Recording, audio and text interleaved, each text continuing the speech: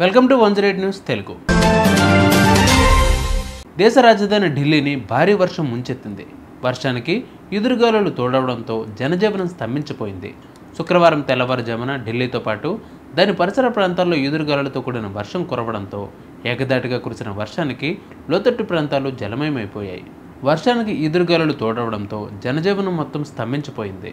రోడ్లపై ఎక్కడికక్కడ వర్షపు నీరు నిలిచిపోవడంతో రాకపోకలకు అంతరాయం కలిగింది. లజ్పత్ నగర్, ఆర్కేపురం, ద్వారకా తదితర ప్రాంతాల్లో నీరు నిలిచిపోవడంతో మరొకవైపు బలమైన గాలులతో చెట్లు నేలకొరిగాయి. ద్వారకాలోని ఖర్గరి కెనాల్ గ్రామంలో పొలంలో నిర్మించిన ట్యూబ్వెల్ గదిపై చెట్లు విరిగిపడడంతో నలుగురు మృతి చెందారు. వారిలో ఒక మహిళ, 3 పిల్లలు ఉన్నారు. మృతురాలు 26 ఏళ్ల జ్యోతికగా గుర్తించారు. ఆమె భర్త అజయ్ స్వల్ప గాయాలతో బయటపడ్డారు. భారీ వర్షం కారణంగా ఢిల్లీ విమానాశ్రయంలో విమానాల రాకపోకలకు అంతరాయం ఏర్పడింది. దాదాపు 100 విమానాలు ఆలస్యంగా నడుస్తూ ఉన్నాయి. మరో సుమారు 40 విమానాలను దారి మళ్లించినట్టు అధికారులు వెల్లడించారు. ఈ మేరకు ఢిల్లీ ఎయిర్పోర్టు ప్రయాణికులకు అడ్వైజరీ జారీ చేసింది.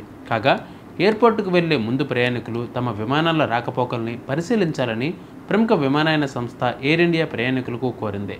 ఈ మేరకు ఎక్స్ వేదికగా ట్వీట్ చేశారు. ఢిల్లీకి బయలుదేరే ఎయిర్ ఇండియా విమానాల సర్వీసుల్లో అంతరాయం ఏర్పడింది. ఢిల్లీలో దుమ్ము తుఫాను, వర్షం కారణంగా విమానాలను దారి మళ్లిస్తున్నారు.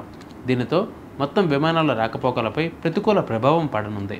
అంతరాయాలను తగ్గించడానికి తమ వంతు కృషి చేస్తున్నాం అంటూ ఎయిర్ ఇండియా ట్వీట్లో వెల్లడించింది.